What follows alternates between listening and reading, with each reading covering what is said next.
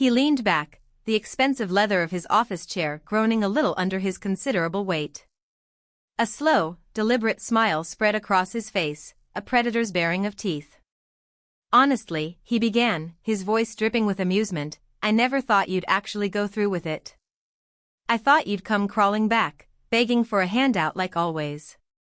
The light glinted off his watch, a thick band of gold that seemed to absorb all the warmth from the room. He was talking about my shares. My shares in company.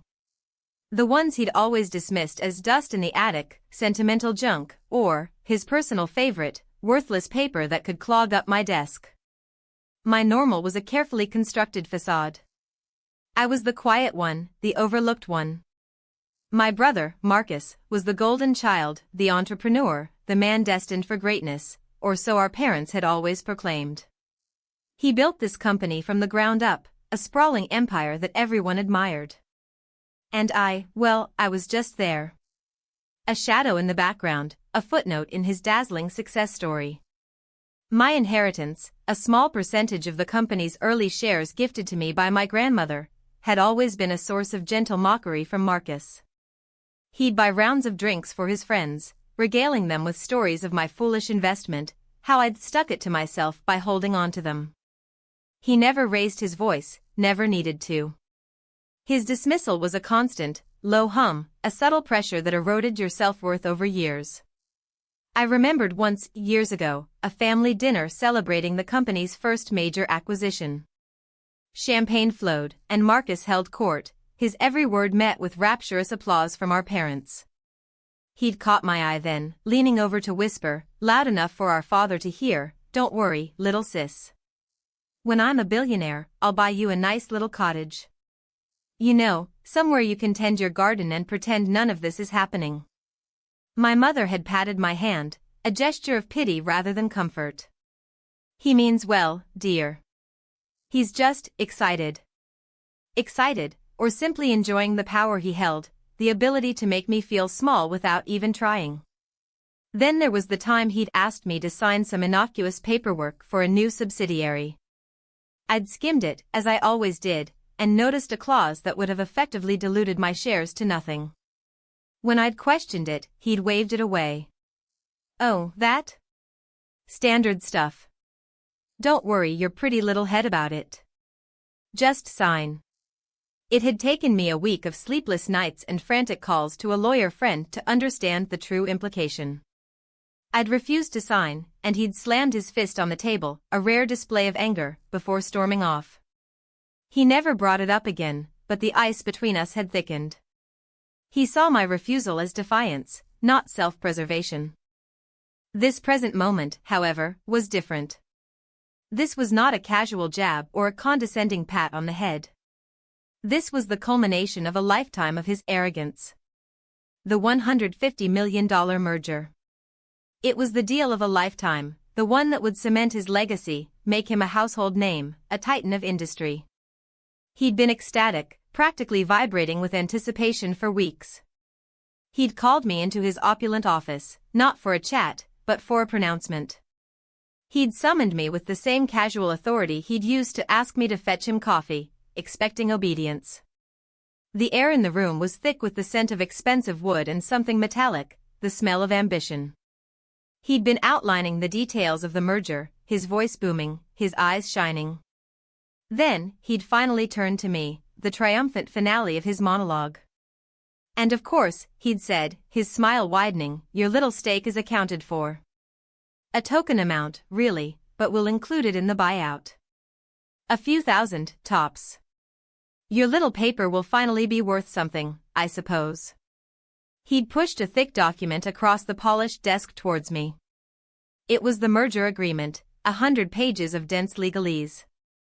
He expected me to sign it, without question. He expected me to be grateful for his generosity. But I hadn't signed. Not yet. For weeks, I'd been meticulously reviewing my grandmother's will, cross-referencing it with corporate filings, with every obscure clause and amendment I could find. I'd spent countless evenings poring over financial reports, learning the language of stock options, preferred shares, and voting rights. I'd educated myself, not out of a desire for wealth, but out of a deep, cold anger that had been simmering for so long it had become part of my marrow. He saw my shares as a nuisance, a minor hurdle. He never once considered they were property, bought with inheritance. And he never considered the power they held. My grandmother, in her infinite wisdom, had stipulated that any significant sale of company assets, including mergers, required the unanimous consent of all shareholders who held more than 5% of the voting stock. The kicker? She had also stipulated that if a shareholder who held less than 1% of the voting stock felt their shares were being undervalued or unfairly represented in such a transaction, they had the right to veto the deal, provided they could prove, to an independent arbitrator, that the offer was significantly below market value. I'd quietly engaged a specialist lawyer, a woman known for her ruthless efficiency and her uncanny ability to unearth hidden clauses. She'd confirmed it. My small percentage, practically insignificant in terms of overall ownership, was a golden ticket. A veto. He dismissed me as a footnote, a nuisance. He'd never imagined I was a gatekeeper. The silence in the room after I didn't sign stretched, taut and fragile. His smile faltered, replaced by a flicker of annoyance. He picked up the pen he'd set down, his fingers tapping impatiently. "Well," he prompted, his voice losing some of its earlier warmth. "We don't have all day. The other party is waiting for my confirmation." I looked at him, really looked at him, and saw not my successful brother, but a spoiled child expecting his every whim to be obeyed. I took a slow, steadying breath. My hand, which I'd been clenching into a fist under the table, relaxed. I reached into my briefcase and pulled out a single, folded document. It wasn't the merger agreement. It was a much shorter, crisper document, printed on plain white paper. I placed it on the desk, sliding it gently across the polished surface until it stopped just short of his manicured fingertips. He glanced at it, his brow furrowed, then picked it up. His eyes scanned the first few lines, and the smugness began to drain from his face, replaced by a slow dawning of confusion, then disbelief. "What is this?" he asked, his voice tight. "My formal objection," I said, my voice calm and even. "As per my grandmother's will, and Section 7G of the corporate bylaws, I am exercising my right to veto this merger on the grounds of substantially undervalued share class consideration." His eyes widened, darting from the document to me, then back again. He flipped through the pages, his hands trembling slightly. This is insane. You can't. You don't have the standing." "Actually," I countered, leaning forward just slightly, "I do. And the arbitrator agrees. The offer for my preferred class shares is 70% below their independently assessed market value. A fact your legal team conveniently overlooked." I had the arbitrator's preliminary ruling printed on the back. She was not amused by his team's attempts to dismiss my claim. The color drained from his face. The arrogance, the entitlement, the sheer that he was untouchable, had evaporated. He was a child caught with his hand in the cookie jar, and he had no idea how to fix it. He opened his mouth, then closed it. The confident swagger was gone, replaced by a desperate, almost pathetic vulnerability. He was staring at $150 million slipping through his fingers, all because of my worthless shares. He finally looked at me, his eyes wide with a dawning horror that I had never seen before. It was the look of a man who had just realized he was not in control. The aftermath was quiet. The initial fury from Marcus was deafening, even from a distance. His calls became frantic.